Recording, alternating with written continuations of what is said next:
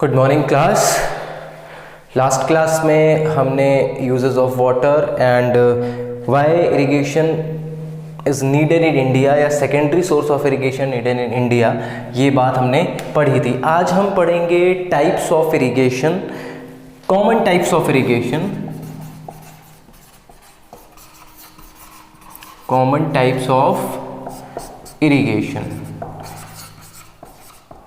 ठीक है। अब कॉमन टाइप ऑफ इरिगेशन में इंडिया में मेनली 3 तरह की इरिगेशन आती है। सबसे पहली जो आती है वो आती है वेल इरिगेशन। वेल का मतलब यहाँ पर कुएं से है। ठीक है, कुआं समझते हो ना, इस तरह से नीचे ज़मीन पे बना हुआ होता है जिसमें बाल्टी डाल के नीचे से पानी निकाला जाता है। ठीक है, इस तरह से ज़मीन के नीचे बना होता है, तो वेल इरिगेशन। सेकेंड हमारी आती है tank irrigation, tank irrigation and third canal. अब टैंक तो आपको पता ही होगा किसे कहते हैं, कैनाल इरिगेशन।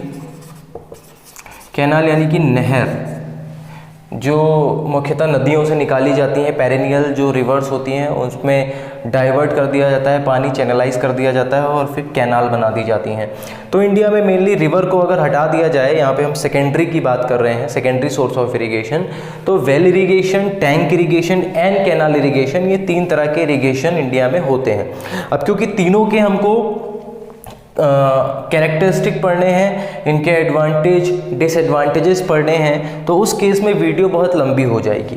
तो हम इन तीनों ही टॉपिक पर अलग अलग 3 वीडियो कवर करेंगे। ठीक है, तो आज की क्लास में हम पढ़ेंगे सिर्फ वेल इरिगेशन। तो वेल इरिगेशन के बारे में थोड़ा सा लिख लो कि वेल इरिगेशन इंडिया में, बहुत शॉर्ट में बता रहा हूँ, 40% जितनी भी इरिगेशन होती है, मान लो इंडिया में अभी 100% इरिगेशन अगर हो रही है तो उसका 40% वेल इरिगेशन से होता है। ठीक है, स्टिल यहाँ पर बात मैं 2020 तक की बात कर रहा हूँ, 2020-21 तक की बात कर रहा हूँ कि स्टिल 40% इरिगेशन अभी भी वेल इरिगेशन इंडिया में होती है। ठीक है, अब वेल बनाने के लिए कई चीज़ें रिक्वायरमेंट होती हैं, कई कंडीशंस रिक्वायर होती हैं। कौन कौन सी हैं? सबसे पहले तो हाई वाटर लेवल।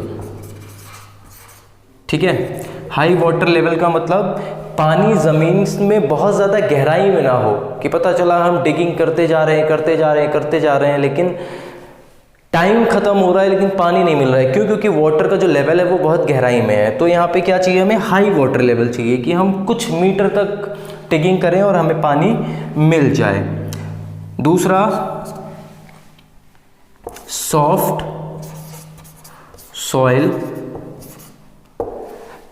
ऐसी मिट्टी होनी चाहिए जिसमें आसानी से डिगिंग हो जाए। ठीक है ना, अब बहुत ज़्यादा मजबूत क्षेत्र ना हो, मजबूत रीजन ना हो कि हम डिगिंग कर रहे हैं तो अगर हमने लेबर को लगा रखा है काम के लिए तो भाई वो डिग नहीं कर पा रहे हैं क्योंकि मिट्टी जो है वो बहुत ज़्यादा हार्ड है। तो सॉफ्ट सॉइल होनी चाहिए, ठीक है, और हाई वाटर लेवल होना चाहिए। ये 2 केसेस हैं जो कि बहुत ज़रूरी हैं वेल इरिगेशन के लिए।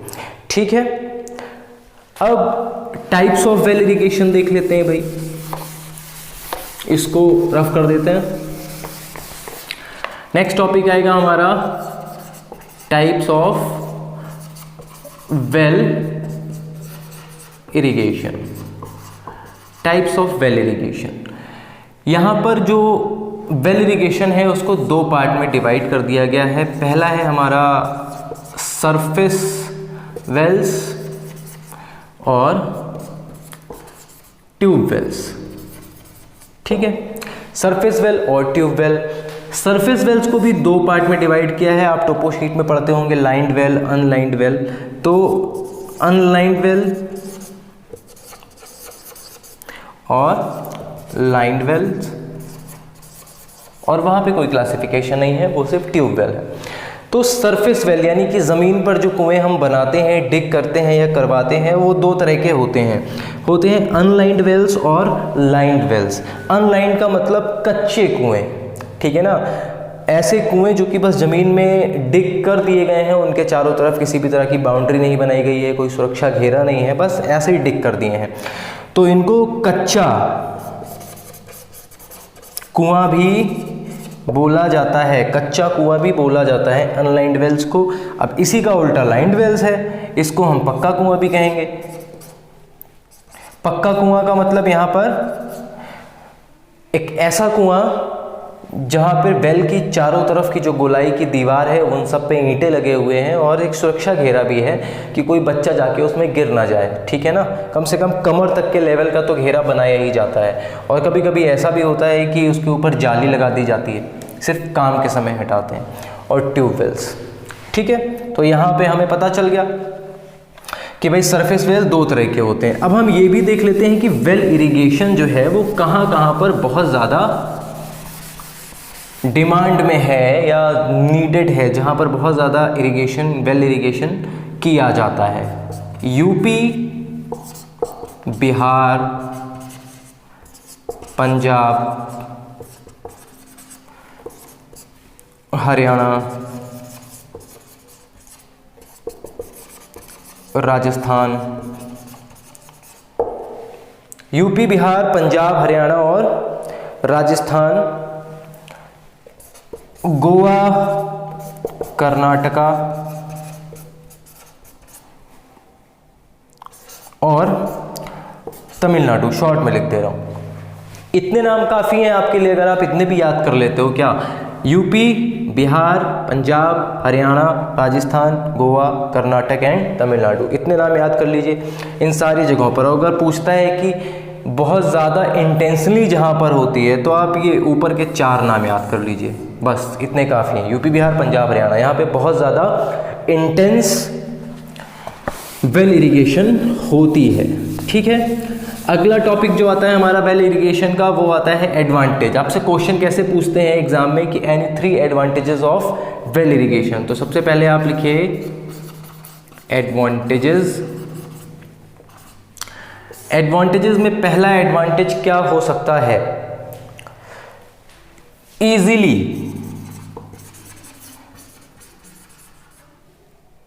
एक्सेसिबल। ईजिली एक्सेसिबल मीन्स कुएं का पानी ईजिली एक्सेसिबल है, कि कुएं के लिए आपको ऐसा नहीं है कि बहुत दूर जाना है, आप अपने घर के बाहर भी बना सकते हो।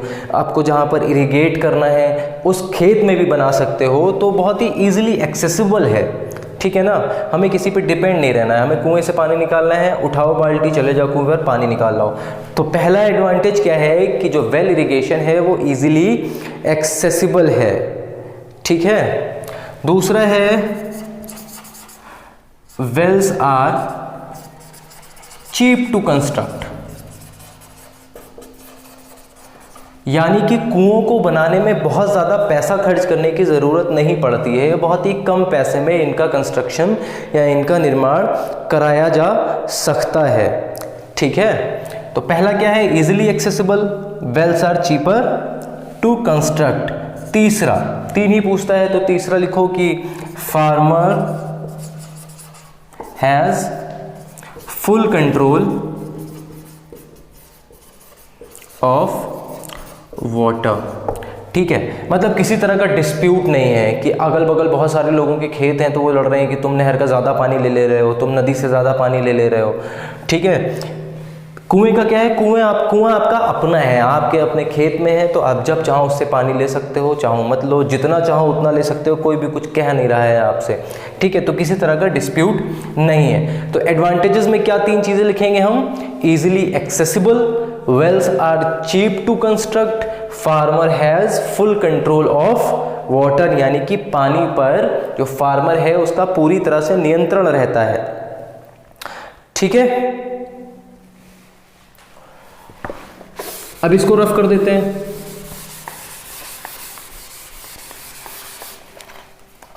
अगला आएगा हमारा डिसएडवांटेज। डिसएडवांटेजेस, पहला, wells are suitable to irrigate small areas, ठीक है। ऐसा नहीं है कि आपके पास 100 एकड़ की ज़मीन है तो आप एक कुआं बना लोगे, एक वेल डिग करा लोगे और फिर सारे 100 एकड़ में उसी से इरिगेशन हो जाएगी, नहीं। आपके पास छोटा सा कोई अगर 1-2 बीघा की ज़मीन है, ठीक है ना, उसमें अगर आपके पास एक अच्छा खासा कुआं है, वाटर लेवल अच्छा है, तो आप उससे इरिगेट कर सकते हो, ठीक है। दूसरा, इरिगेट करने के लिए आप ज़्यादा बड़े लैंड पर कितना पाइप यूज़ करोगे, जितना लंबा पाइप यूज़ करोगे आप उतना ही पानी को ट्रैवल करने में दिक्कत होगी, मशीन पर लोड ज़्यादा पड़ेगा, आप कोई ना कोई इंजन तो यूज़ करोगे, कोई मशीन यूज़ करोगे जिसमें ज़्यादा फ्यूल लगेगा, तो आप ही का नुकसान है। तो wells are suitable to irrigate small areas, मतलब आपका छोटा सा खेत है, अगर उसमें कुआं है तो आप आसानी से पाइप से पानी निकाल के इरिगेट कर सकते हो। बड़ा है तो wells are not suitable for that large area, ठीक है। दूसरा, गांव में लाइट की समस्या है, ठीक है ना, कह सकते हो अनसर्टेन इलेक्ट्रिसिटी। अनसर्टेन का मतलब कि गांव में 24 घंटे लाइट नहीं आती है, ज़्यादातर गांव में तो कभी कभी आती है। अब जैसा कि मैंने बताया कि आप हाथ से भी कुएं से पानी निकाल सकते हो, लेकिन अगर आपको पूरा का पूरा अपना फार्म इरिगेट करना है तो आपको कोई ना कोई मशीन जो कि इलेक्ट्रिसिटी से चलती हो या फिर कैरोसिन से चलती हो या डीजल से चलती हो, तो डीजल और कैरोसिन अलग बात है, लेकिन अगर आपके पास इलेक्ट्रिसिटी वाली मशीन है तो अगर बिजली नहीं आएगी तो आपके लिए कुएं का पानी बेकार है, ठीक है। क्यों? क्योंकि बिजली नहीं है तो आप पानी को विड्रॉ नहीं कर सकते और अपने फार्म को इरिगेट नहीं कर सकते, ठीक है। तीसरा, परमानेंट ऑक्यूपाई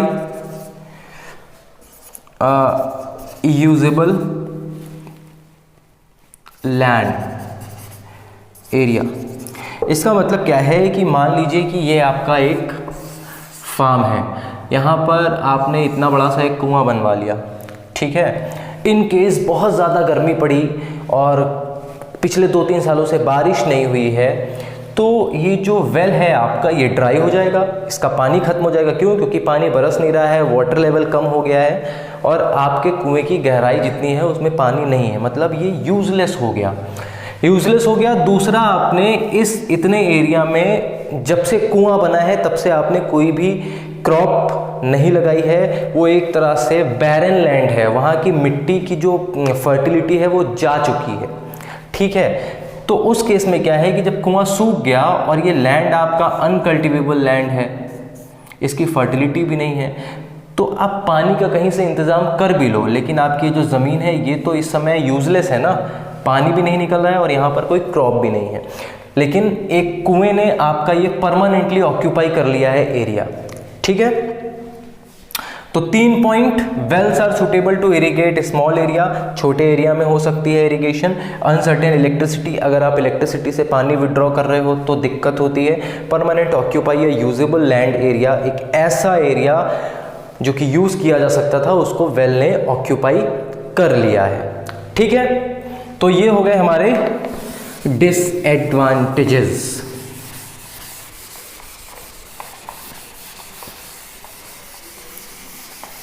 इसी में हम ट्यूबवेल को भी कवर कर लेते हैं। ट्यूबवेल बेसिकली होता क्या है, देख लीजिए कि वेल का ही होता है, लेकिन वेल जैसे होता है वैसे ही ट्यूबवेल भी होता है लगभग। लेकिन जैसे कि वेल में आपको मैंने बताया कि सॉफ्ट सॉइल बेड होना ज़रूरी है ताकि डिगिंग की जा सके, लेकिन अगर कंपैरेटिवली हार्ड एरिया भी है, हार्ड सरफेस भी है, तो ट्यूबवेल को मशीन के थ्रू, ड्रिल मशीन के थ्रू डिग किया जा सकता है, कोई भी दिक्कत नहीं होगी।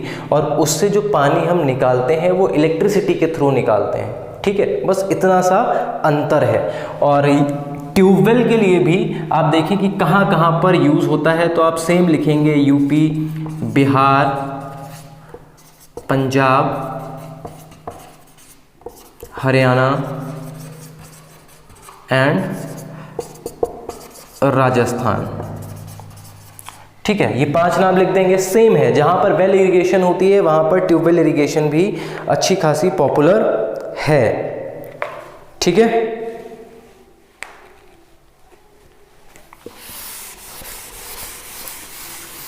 ट्यूबवेल में पावरफुल मशीनरी यूज होती है। तो अब देख लेते हैं कि एडवांटेज क्या क्या है इसके।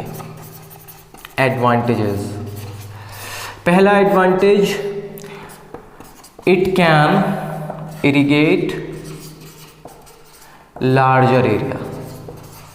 अभी आपने वेल्स में पढ़ा था स्मॉलर एरिया, लेकिन क्योंकि ट्यूबवेल में एक पावरफुल मशीनरी यूज़ की जा रही है, अच्छा खासा इंजन लगा है जो कि वाटर को विड्रॉ करता है, तो उस केस में हम एक लंबा पाइप लगा के एक बड़े एरिया को इरिगेट कर सकते हैं। ये है हमारा पहला एडवांटेज कि जो बड़ा एरिया है वो ट्यूबवेल से इरिगेट किया जा सकता है। ठीक है।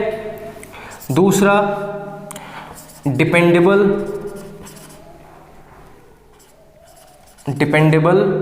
इन ड्राउट। सूखे का अगर मौसम पड़ा है, ड्राउट पड़ा है, तो जैसा मैंने बताया था आपको वेल में कि कुएं सूख जाते हैं, लेकिन ट्यूबवेल इसमें भी यूज़ किए जा सकते हैं क्योंकि इनकी जो डेप्थ होती है वो नॉर्मल कुएं से ज़्यादा होती है। मान लीजिए ये कुआं है तो ट्यूबवेल इतना गहराई में है, तो अगर मान लीजिए पानी कुएं का यहाँ तक था, ट्यूबवेल में यहाँ तक था, ठीक है, सूखा पड़ा तो इसका पानी सूख गया और पानी गिर के यहाँ तक आ गया, लेकिन ट्यूबवेल तो और गहरा है, पानी यहाँ भी आएगा तब भी ट्यूबवेल से निकल सकता है। ठीक है। तो ड्राउट एरिया में या ड्राउट सीजन में हम इस पर डिपेंडेंसी बनाकर रख सकते हैं। ठीक है। तीसरा, जीरो सैलिनिटी। क्योंकि ये बहुत गहरे होते हैं तो गहरे होने की वजह से इनमें इवेपोरेशन की एक्टिविटी कम होती है, और जब इवेपोरेशन नहीं होता है तो पानी में सॉल्ट की जो क्वांटिटी है वो कम रहती है या ना के बराबर रहती है। ठीक है।